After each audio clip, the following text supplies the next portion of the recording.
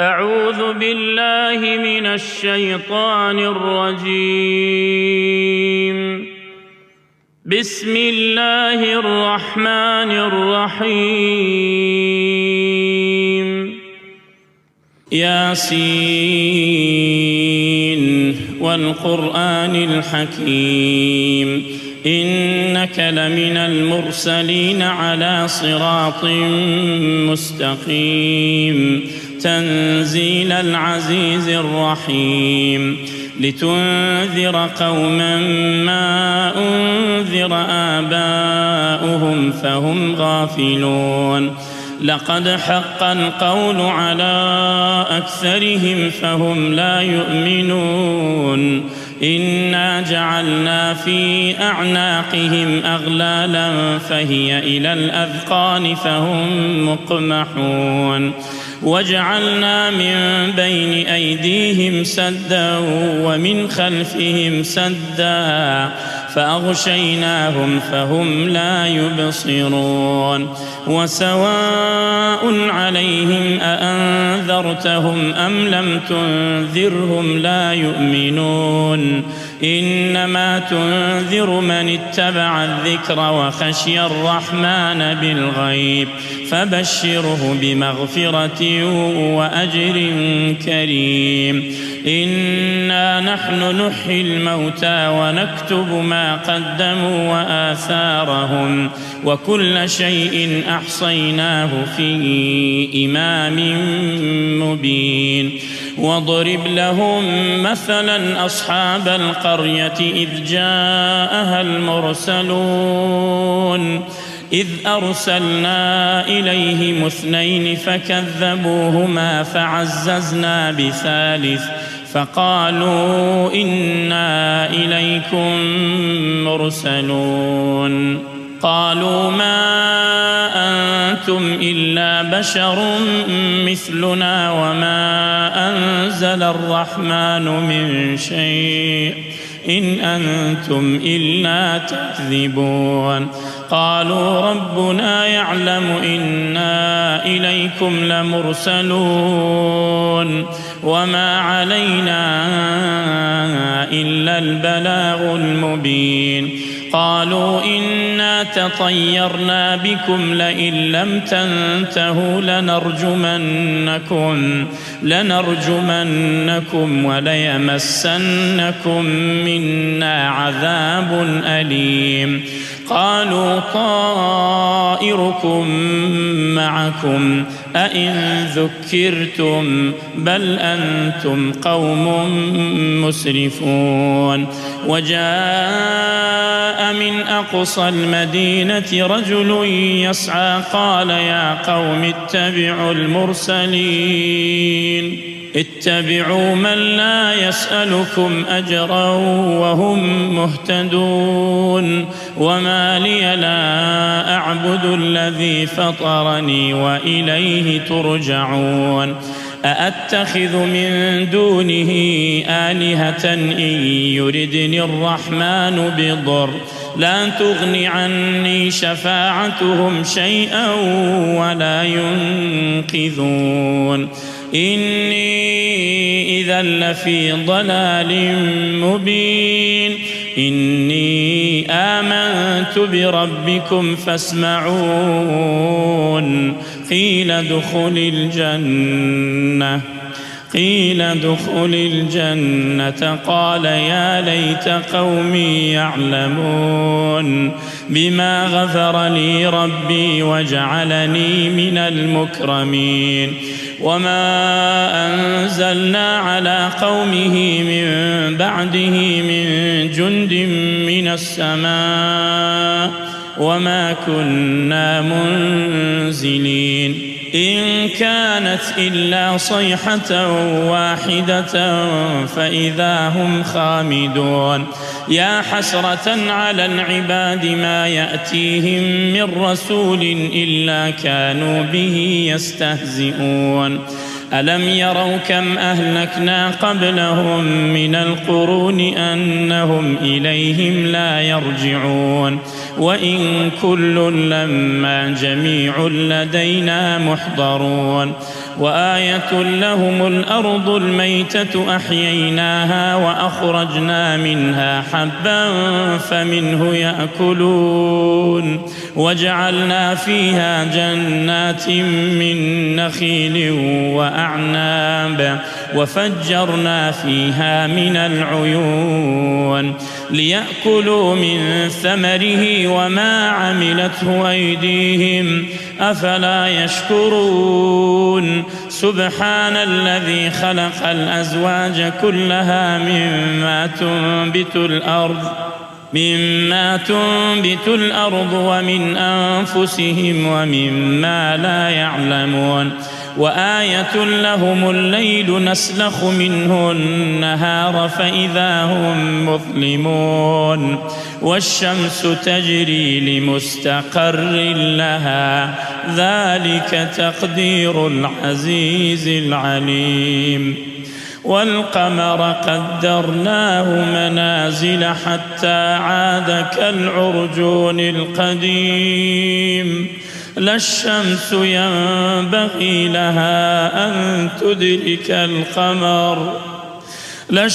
ينبغي لها أن تدرك القمر ولا الليل سابق النهار وكل في فلك يسبحون وآية لهم أنا حملنا ذريتهم في الفلك المشحون وخلقنا لهم من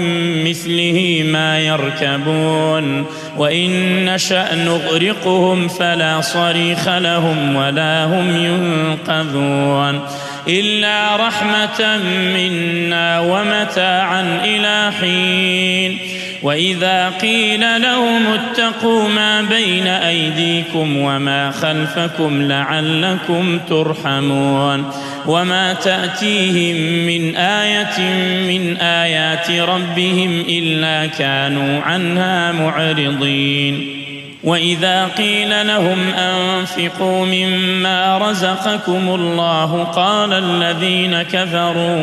قال الذين كفروا للذين آمنوا أنطعم من لو يشاء الله أطعمه إن أنتم إلا في ضلال مبين ويقولون متى هذا الوعد إن كنتم صادقين ما ينظرون إلا صيحة واحدة تأخذهم وهم يخصمون فلا يستطيعون توصية ولا إلى أهلهم يرجعون ونفخ في الصور فإذا هم من الأجداث إلى ربهم ينسلون قالوا يا ويلنا من بعثنا من مرقدنا هذا ما وعد الرحمن وصدق المرسلون إن كانت إلا صيحة واحدة فإذا هم جميع لدينا محضرون فاليوم لا تظلم نفس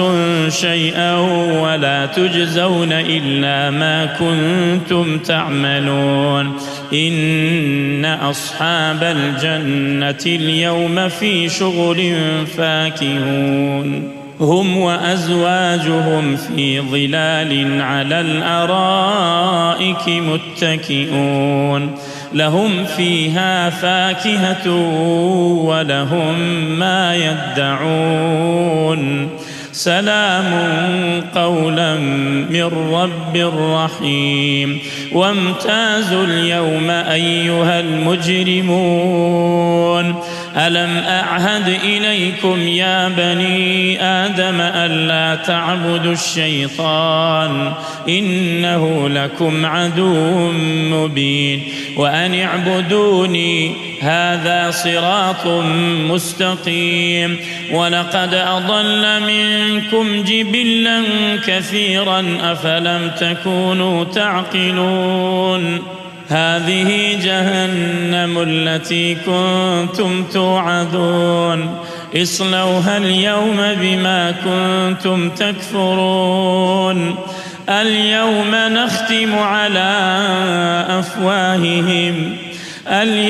نختم على أفواههم وتكلمنا أيديهم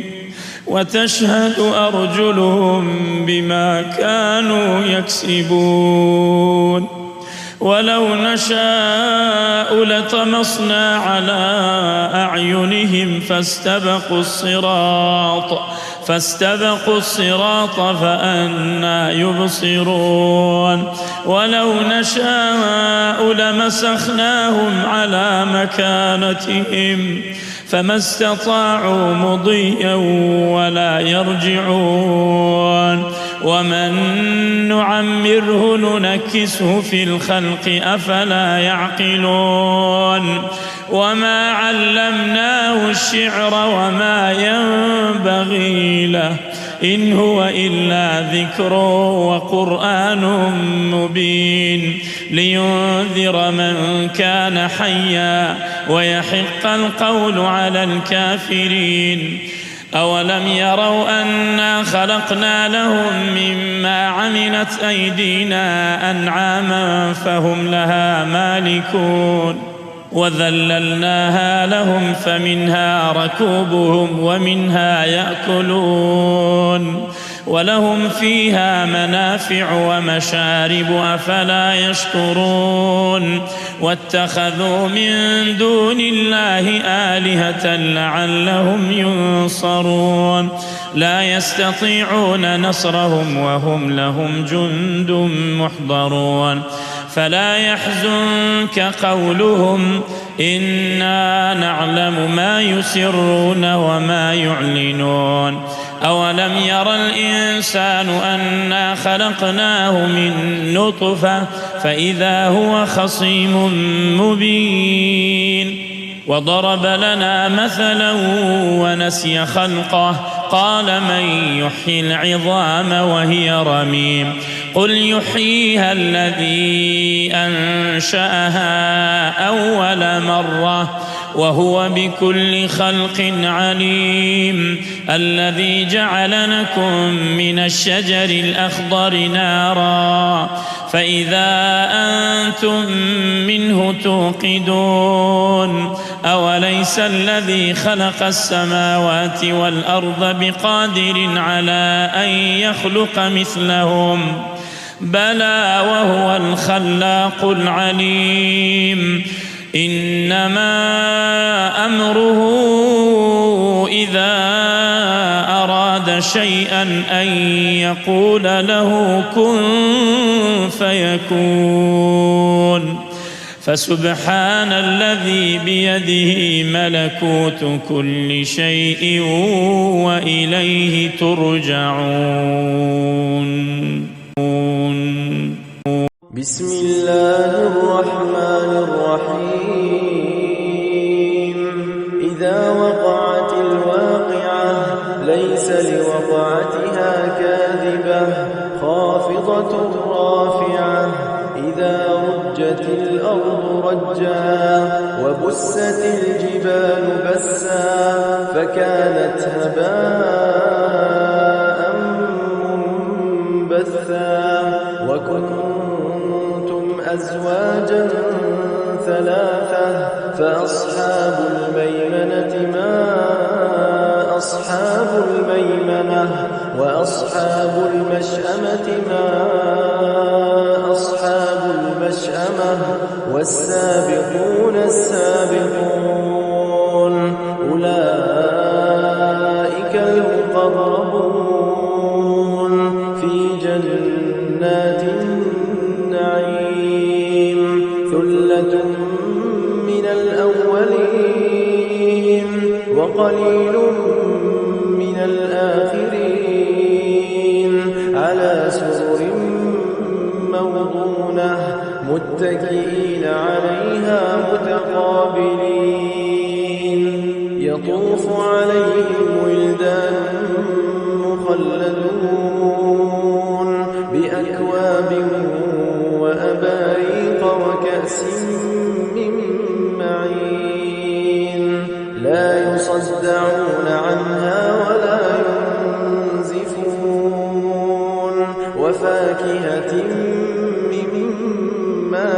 يتخيرون ولحم طير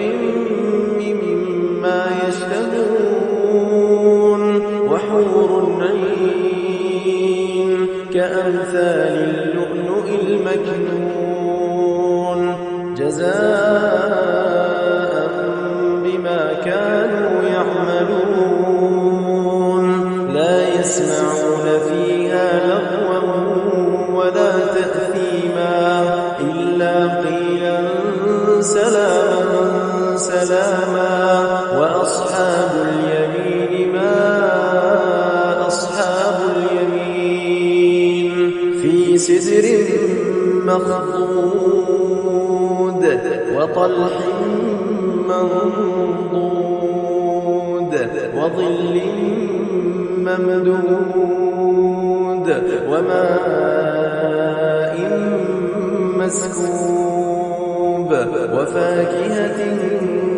كثيرة لا مقطوعة ولا ممنوعة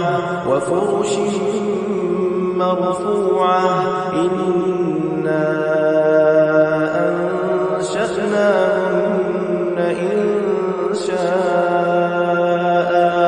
فجعلناهن أبكارا عربا أترابا لأصحاب اليمين ثلة من الأولين وثلة من الآخرين وأصحاب الشمال ما أصحاب الشمال في سموم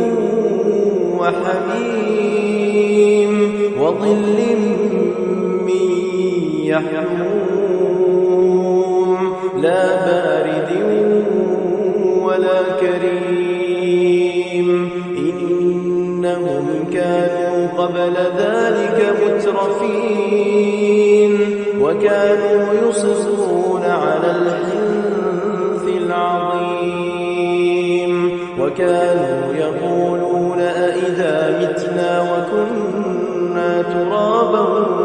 وعظاما أئنا لمبعوثون أوآباؤنا الأولون قل إن الأولين والآخرين لمجموعون إلى ميقات يوم معلوم ثم إنكم أيها الضالون المكذبون لآكلون من شجر من زقوم فمالئون منها البطون فشاربون عليه من الحميم فشاربون شرب الهيم هذا نزلهم يوم الدين نحن خلقناكم فلولا تصدقون أفرأيتم ما تمنون أأنتم تخلقونه أم نحن الخالقون نحن قدرنا بينكم الموت وما نحن بمسبوقين على أن نبدل أمثالكم وننشئكم فيما لا تعلمون ولقد علمتم النشأة الأولى فلولا تذكرون أفرأيتم ما تحرثون أأنتم تزرعونه أم نحن الزارعون لو نشاء لجعلناه حطاما فظلتم تفكرون إنا لمغرمون بل نحن محرومون أفرأيتم الماء الذي تشربون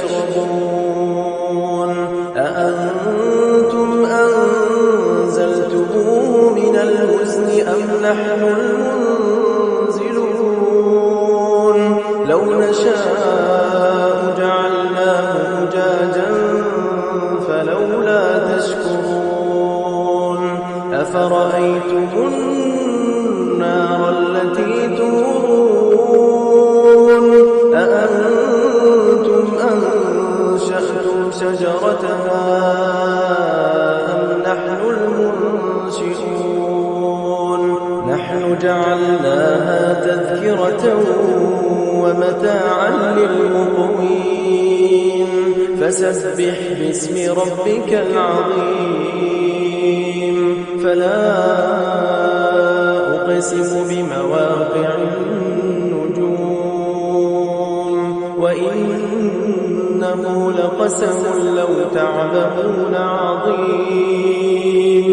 إنه لقرآن كريم في كتاب مكنون لا يمسه إلا المطهرون تنزيل من رب العالمين أفبهذا الحديث أنتم مدهنون وتجعلون رزقكم أنكم تكذبون فلولا إذا بلغت الحلقوم وأنتم حينئذ تنظرون ونحن أقرب إليه منكم ولكن لا تبصرون فلولا إن كنتم غير مدينين ترجعونها إن كنتم صادقين فأما إن كان من المقربين فروح وريحان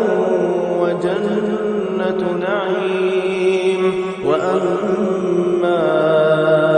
إن كان من أصحاب اليمين فسلام لك من أصحاب اليمين وأما إن كان من المكذبين الضالين فنزل من حميم وتصلية جحيم إن هذا لهو حق اليقين فسبح باسم ربك العظيم أعوذ بالله من الشيطان الرجيم بسم الله الرحمن الرحيم الرحمن علم القرآن خلق الإنسان علمه البيان الشمس والقمر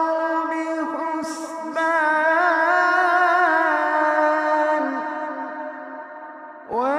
والنجم والشجر يسجدان والسماء رفعها ووضع الميزان ألا تطغوا في الميزان وأقيموا الوزن بالقسط ولا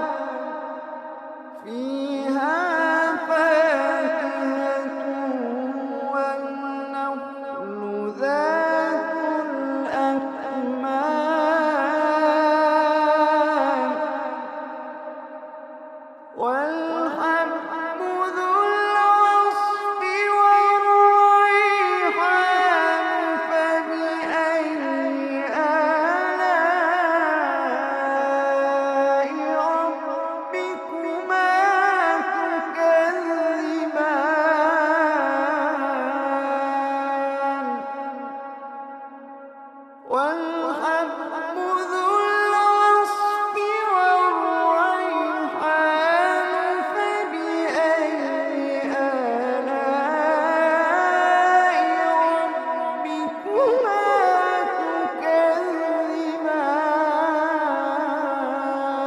تكذبان خلق الإنسان من صلصال كالفخار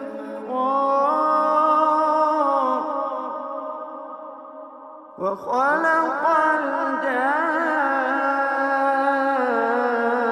الجان من مارج من نار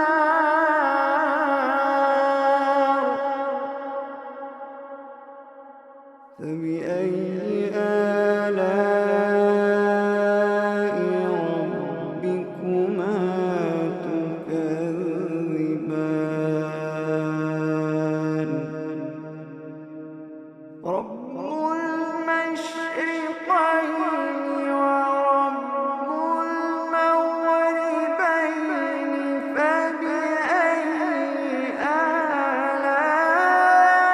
آلاء ربكما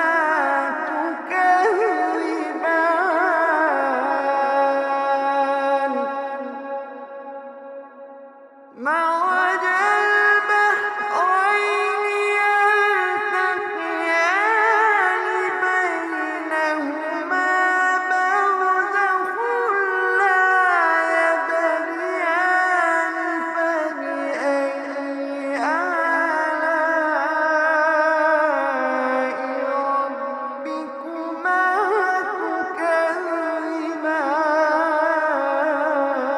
تكذبان يخرج منهما اللؤلؤ والمرجان فبأي آلاء ربكما تكذبان وله الجوار المنشآت في البحر كالأعلام فبأي آلاء ربكما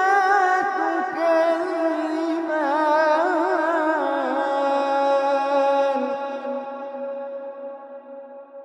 كل من عليها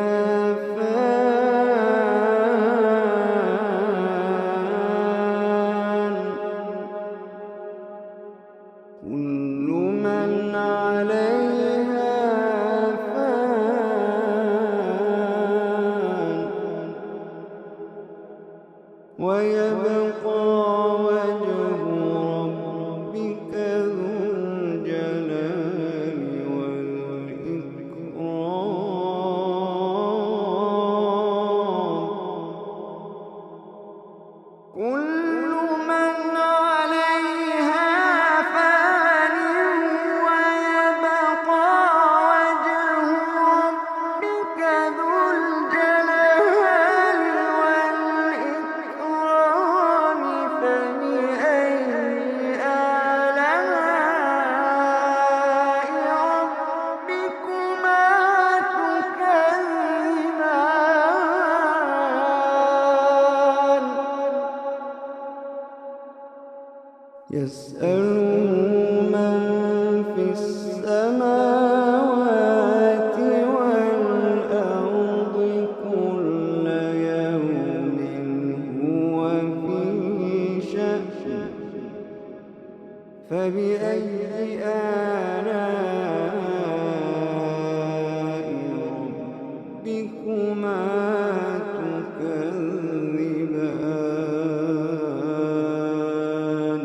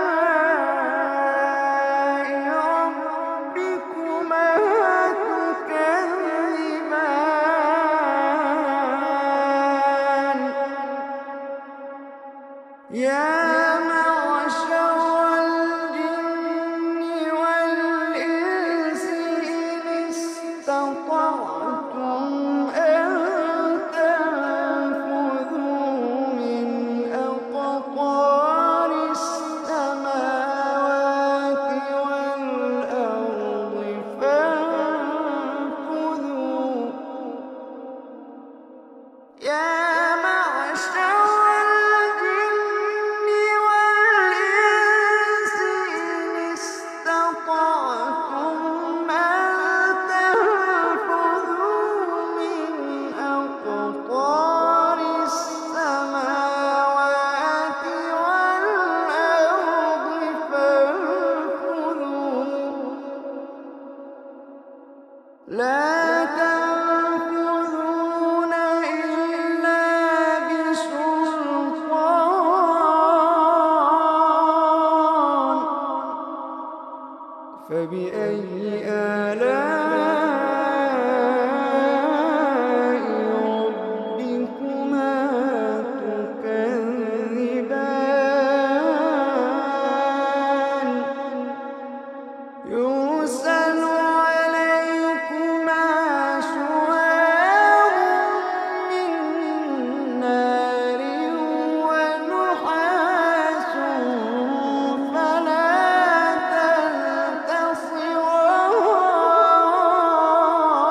تنتصران يرسل عليكما شواظ من نار ونحاس فلا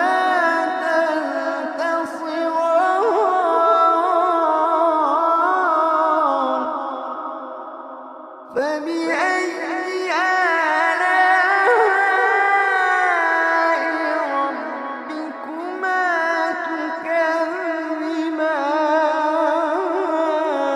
تكذبان فإذا انشقت السماء فكانت وردة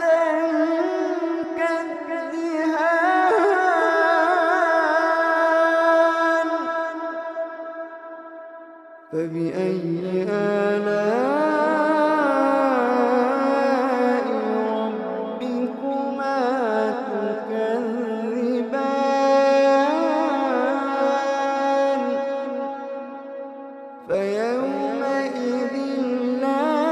يسأل عن ذنبه إنس ولا جان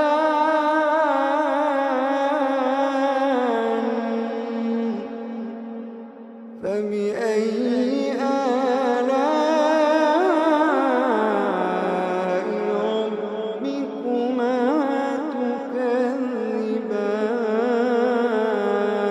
تكذبان يعرف المجرمون بسيماهم فيؤخذ بالنواصي والأقدام يعرف المجرمون بسيماهم فيؤخذ بالنواصي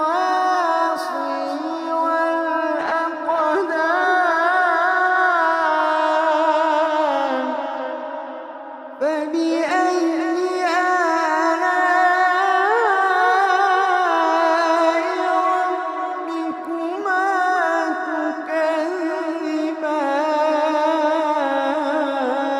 تكذبان هذه جهنم التي يكذب بها المجرمون يطوفون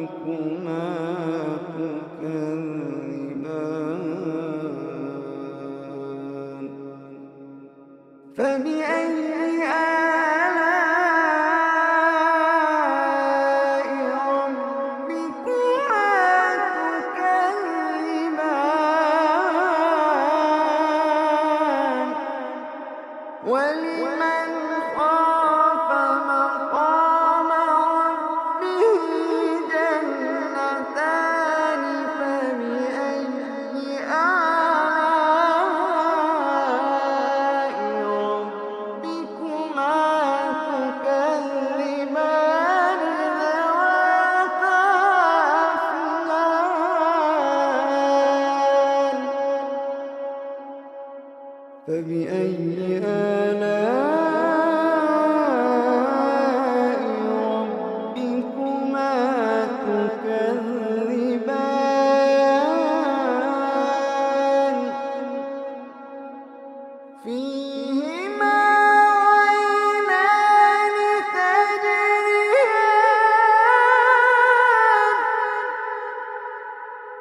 فيهما عينان تجريان فيهما عينان تجريان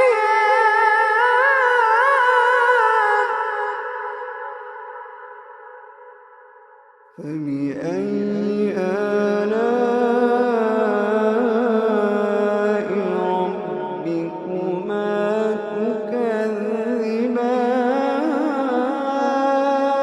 تكذبان فيهما من كل فاكهة زوجان فبأي آلاء ربكما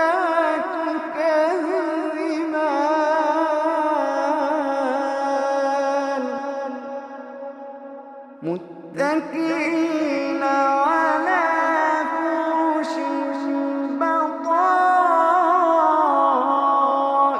بطائنها من استبرق وجنى الجنتين دان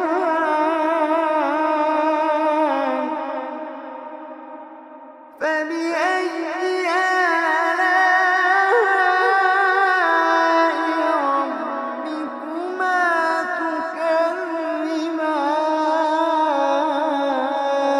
تكذبان فيهن قاصرات الطرف لم يطمثهن إنس قبلهم لم يطمثهن إنس قبلهم ولا جان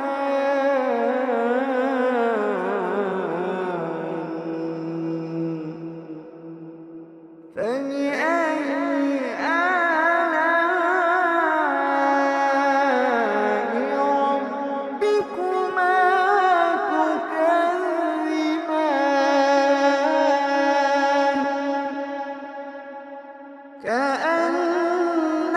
كأنهن الياقوت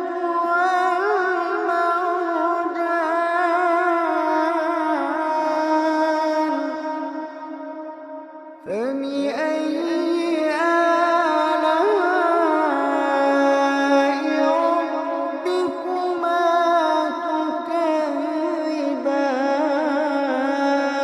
تكذبان هل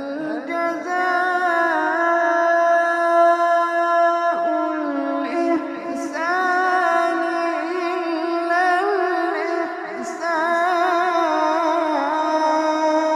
الإحسان فبأي آلاء ربكما تكذبان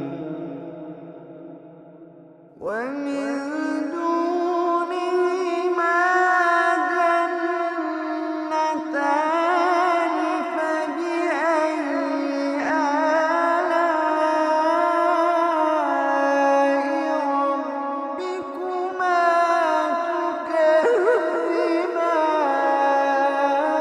تكذبان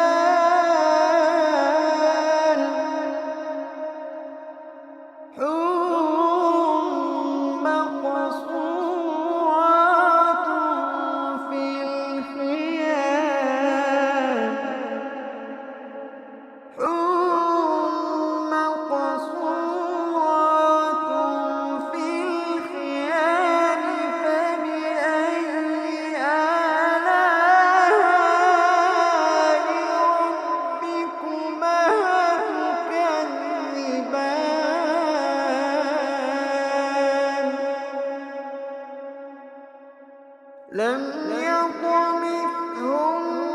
إنس قبلهم ولا جان فبأي آلاء ربكما تكذبان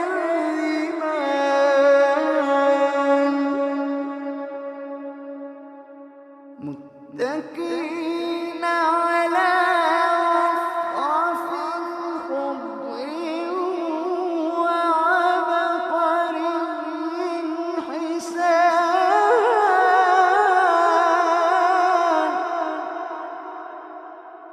فبأي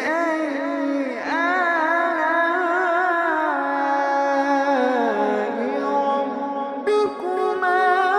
تكذبان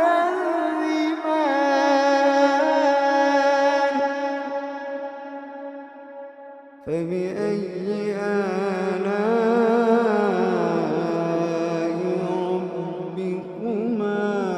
تكذبان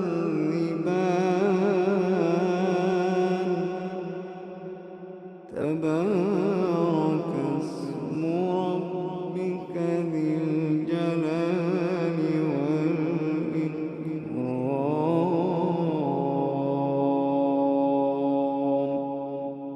تبارك اسم ربك ذي الجلال والإكرام.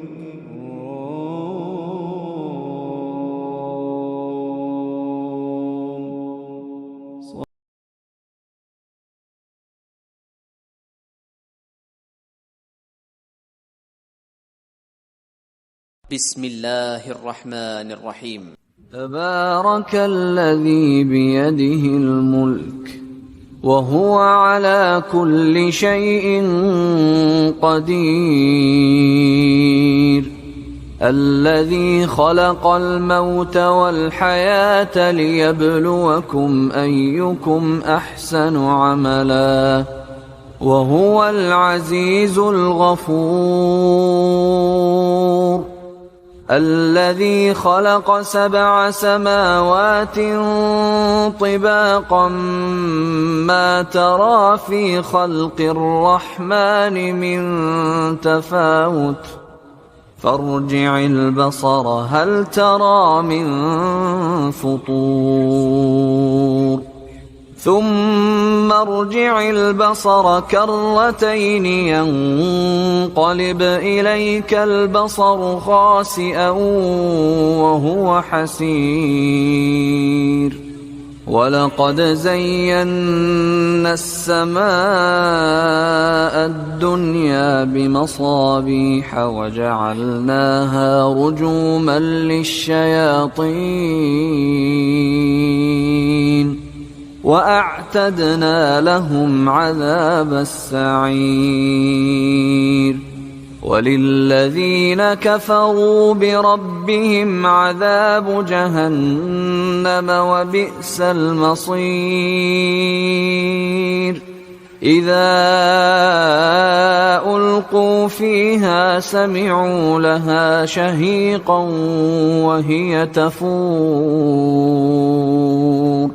تكاد تميز من الغيظ كلما ألقي فيها فوج سألهم خزنتها ألم يأتكم نذير قالوا بلى قد جاءنا نذير فكذبنا وقلنا ما نزل الله من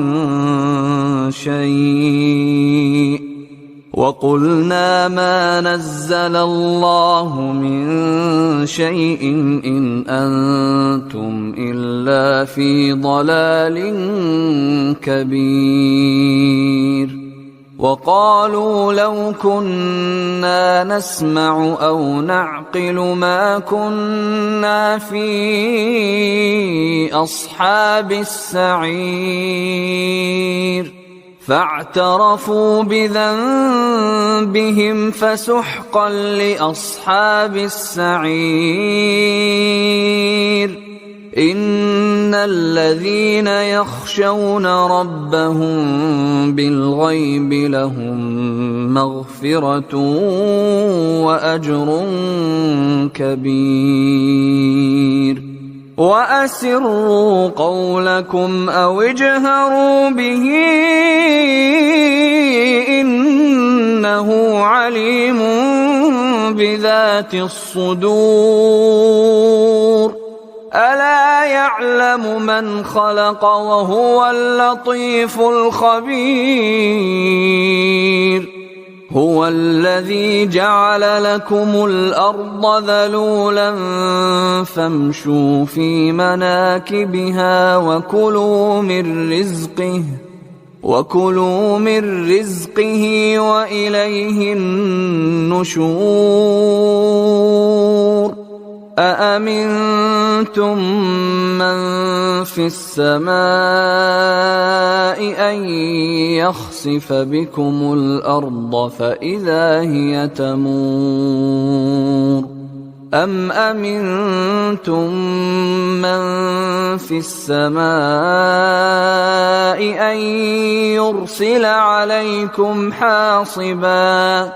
فستعلمون كيف نذير ولقد كذب الذين من قبلهم فكيف كان نكير أولم يروا إلى الطير فوقهم صافات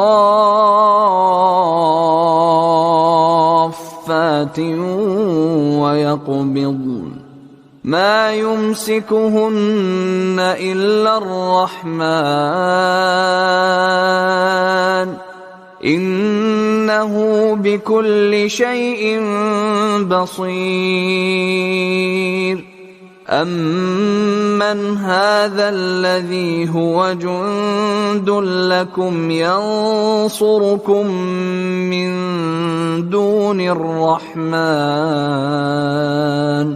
إن الكافرون إلا في غرور أمن هذا الذي يرزقكم إن أمسك رزقه بل لجوا في عتو ونفور أفمن يمشي مكبا على وجهه أهدى أمن يمشي سويا على صراط مستقيم قل هو الذي أنشأكم وجعل لكم السمع والأبصار والأفئدة قليلا ما تشكرون قل هو الذي ذرأكم في الأرض وإليه تحشرون ويقولون متى هذا الوعد إن كنتم صادقين قل إنما العلم عند الله وإنما أنا نذير مبين فلما رأوه زلفة سيئت وجوه الذين كفروا وقيل هذا الذي كنتم به تدعون قل أرأيتم إن أهلكني الله ومن معي أو رحمنا فمن يجير الكافرين من عذاب أليم قل هو الرحمن آمنا به وعليه توكلنا فستعلمون من هو في ضلال مبين قل أرأيتم إن أصبح ماؤكم غورا فمن يأتيكم بماء معين